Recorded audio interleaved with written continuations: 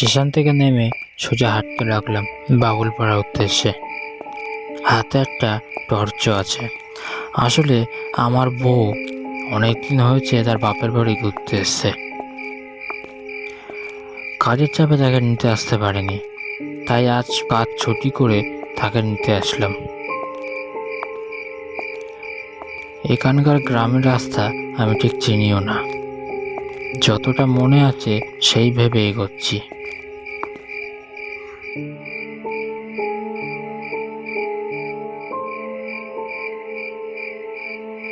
রাস্তাঘাট এতটা নির্জন যে কোনো মানুষও চোখে পড়ল না, এমনকি কোনো বাড়িঘরও দেখতে পেলাম না। এই নির্জন রাস্তা দিয়ে হাতে একটা টর্চ নিয়ে আমি আস্তে আস্তে হেঁটে চলেছি। অন্ধকার যেন চারিদিকটারে গিলে খেয়েছে। ভাগ্যে সাথে করে একটা টর্চ এনেছিলাম, না হলে যে কি বিপত্তাই হতো কে জানে। আকাশের অবস্থাও তেমন ভালো নয়, মাঝে মাঝে বিদ্যুৎ চমকে উঠছে। বৃষ্টি নামলে তো হয়ে গেল, কারণ ছাতাও সাথে করে আনিনি। এমন সময় জোরে গর্জন করে মেঘ ডেকে উঠল। মেঘের গর্জনে যেন চারিদিকটা কিছুক্ষণের জন্য আলো হয়ে গেল। সেই আলোতেই খানিকক্ষণের জন্য পুরো রাস্তাটা স্পষ্ট দেখতে পেলাম।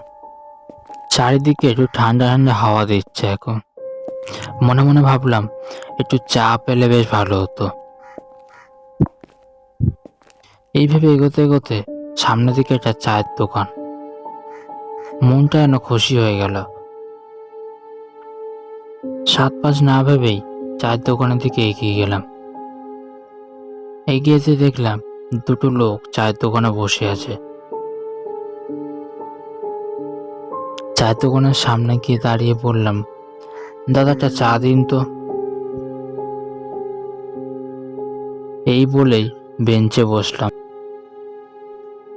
বেঞ্চে বসা মাত্রই জোরে একটা দানবের মতন চিৎকার করে একটা মেঘ ডেকে উঠল। তারপরে তো নামলো মুষলধারা বৃষ্টি।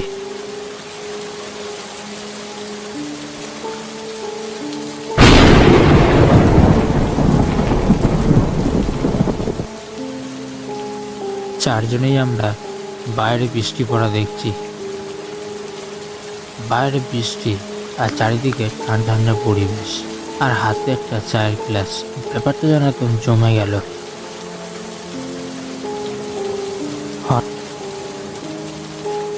হঠাৎ সামনে থাকা একটা লোক আমার উদ্দেশ্যে বলে উঠল, তো আপনি বাবুলপাড়ায় কার বাড়িতে যাচ্ছে?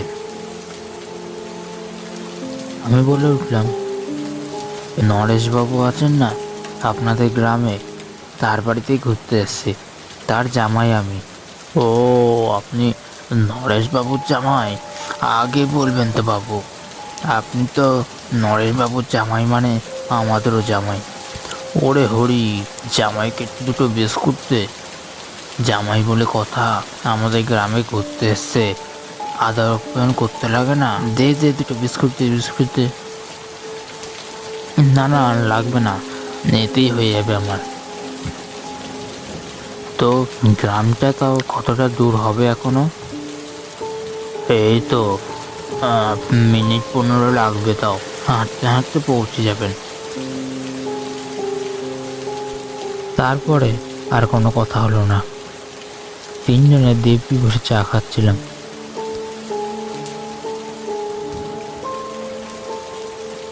কিছুক্ষণ পর আবার লোকটা বলে উঠল, নরেশবাবু আমাদের সাথে ছোটবেলায় খেলে ধুলে মানুষ হয়েছে, সেই ছোটবেলার দিনগুলো আজও মনে পড়ে।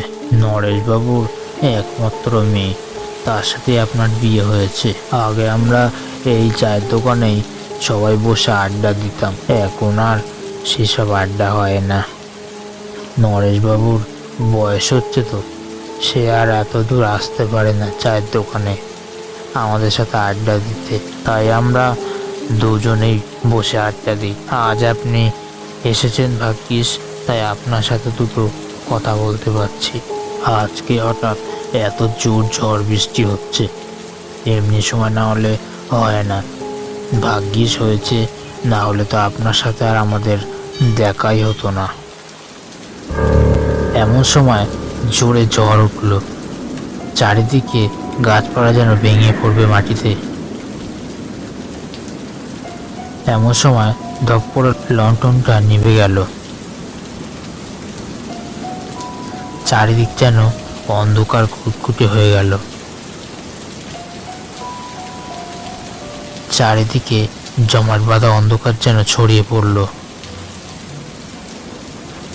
এমন সময় সামনে থাকা লোকটি বলে উঠল, ওরে হরি, তোরে কতবার বলেছি লণ্ঠনটা সাবধানে রাখবি, দেখলি তো নিভে গেল, এবার কি হবে?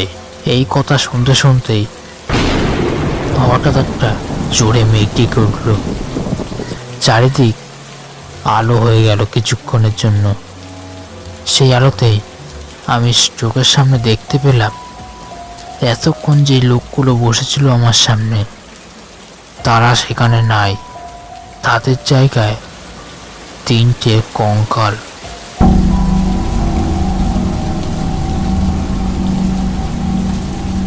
আবার লোকটি বলে উঠল, ওরে হরি, দেখ জামাই বাবা ভয় পেয়ে গেল তোর জন্য, তোকে কতবার বলেছি বলতো? আমার প্রাণ যায় যায় অবস্থা। সামনে কঙ্কালগুলো আমার সামনে বসে কথা বলছে। আমার ভয়তে যেন পায়ের তলা থেকে মাটি সরে গেল। আমার উদ্দেশ্যে কঙ্কালটা বলে উঠল, ওহো বাবা, ভয় পেও না জামাই, আমরা তোমার ক্ষতি করব না। আমি আর সেখানে বিন্দুমাত্র অপেক্ষা করলাম না, সেই ঝড় বৃষ্টির মধ্যে দৌড়ে বেরিয়ে পড়লাম।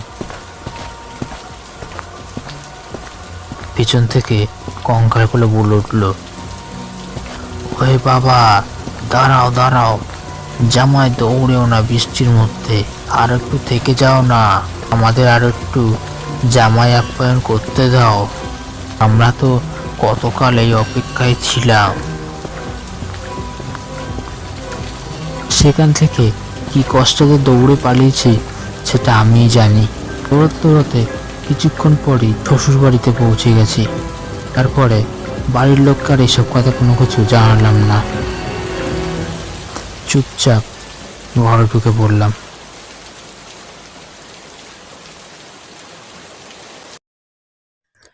আমাদের ভিডিওটা ভালো লাগলে ভিডিওটা লাইক এবং চ্যানেলটা সাবস্ক্রাইব করে আমাদের পাশে থাকবেন আরও এরকম ভূতের গল্প পেতে।